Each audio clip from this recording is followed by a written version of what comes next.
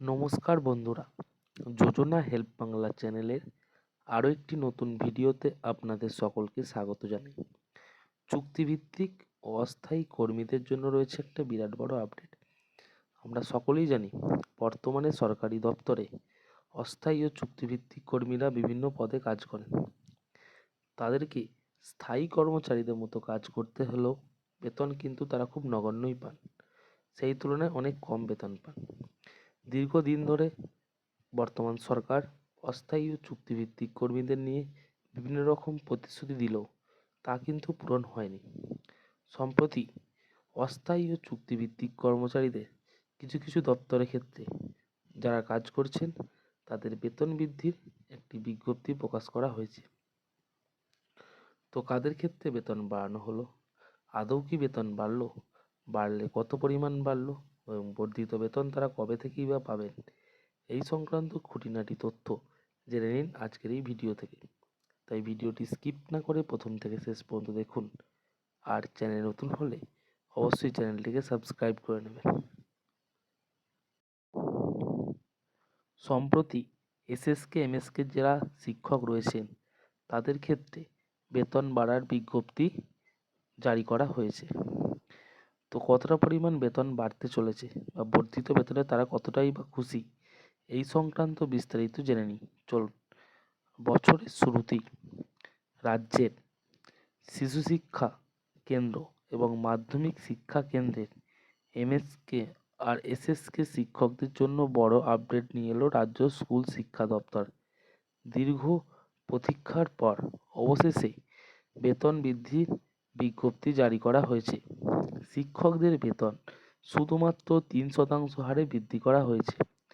School শিক্ষা দপ্তরে জারি করা বিজ্ঞপ্তি অনুযায়ী আগামী 1 ফেব্রুয়ারি থেকে এই নতুন বর্ধিত বেতন হিসেবে তারা মাইনে পেতে থাকবেন। সরকারের এই ঘোষণায় খুশি হওয়ার বদলে ক্ষোভের সঞ্চার হয়েছে শিক্ষক মহলে। তাদের মতে বর্তমানের যে বাজার দর, সেই নিরিখে এই বৃদ্ধি কার্যত উপহাস ছাড়া কিছুই না। তো চলুন জেনে নেই কতটা পরিমাণ বেতন তাদের বাড়ানো হয়েছে। রাজ্য সরকারের বিজ্ঞপ্তি অনুযায়ী পদমর্যাদা অনুসারে 3% হারে বেতন বৃদ্ধি করা হয়েছে। তো এসএসকে এমএসকে বিভিন্ন পদে বিভিন্ন কর্মীরা কাজ করেন। তো চলুন জেনে নিই।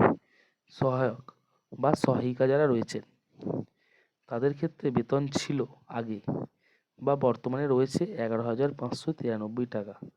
নতুন বেতন 11,941 টাকা, অর্থাৎ তাদের বেতন বৃদ্ধি হয়েছে কেবলমাত্র 348 টাকা।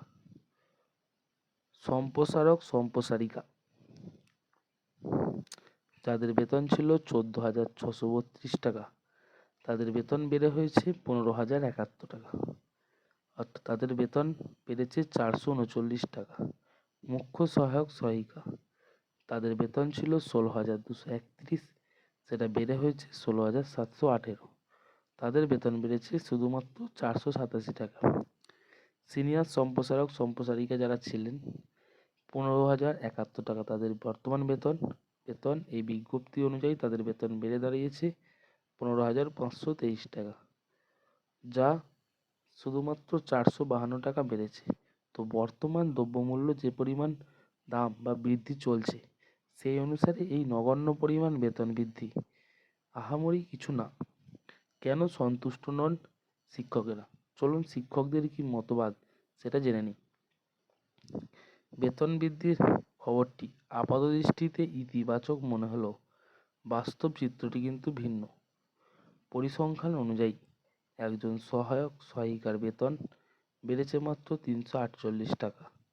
বর্তমান মূল্য বৃদ্ধির বাজারে এই সামান্য অর্থ দৈনন্দিন জীবনে আহামরি কোনো প্রভাব ফেলবে না বলে মনে করছেন অধিকাংশ শিক্ষক।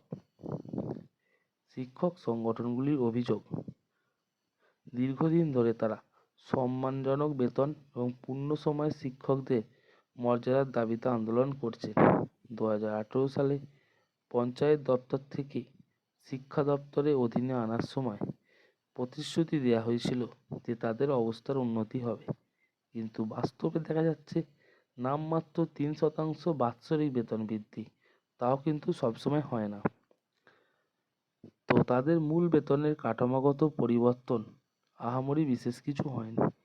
শিক্ষকদের একাংশের মতে বছরের পর বছর ধরে গ্রামের পিছিয়ে পড়া শিশুদের শিক্ষার ভিত্তি তৈরি করে চলেছে তারা, অথচ প্রাপ্যের ঝুলি সবসময় থাকছে কিন্তু শূন্য। বর্তমান রাজ্যে প্রায় 16,000 শিশু শিক্ষা কেন্দ্র, প্রায় 1,500 মাধ্যমিক শিক্ষা কেন্দ্র অর্থাৎ এমএসকে রয়েছে, যাতে কাজ করছে প্রায় 40,000 শিক্ষক শিক্ষিকা। মূলত রাজ্যের গ্রামীণ এবং পিছিয়ে পড়া এলাকায় শিক্ষার ভিত মজবুত করতে এই কেন্দ্রগুলির ভূমিকা অপরিসীম। 2018 সালে কি পরিবর্তন হয়েছিল? 2018 সালে দীর্ঘ আন্দোলনের পর এই শিক্ষকদের পঞ্চায়েতের দপ্তরের অধীন থেকে স্কুল শিক্ষা দপ্তরের অধীনে আনা হয়।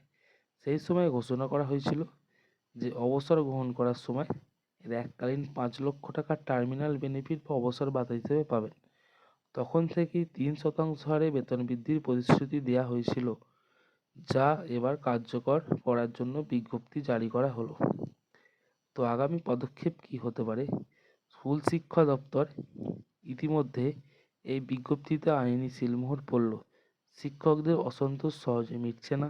ইতিমধ্যে সোশ্যাল মিডিয়া এবং বিভিন্ন ফোরামে শিক্ষকরা এই নামমাত্র বেতন বৃদ্ধির বিরুদ্ধে সরব হয়েছে।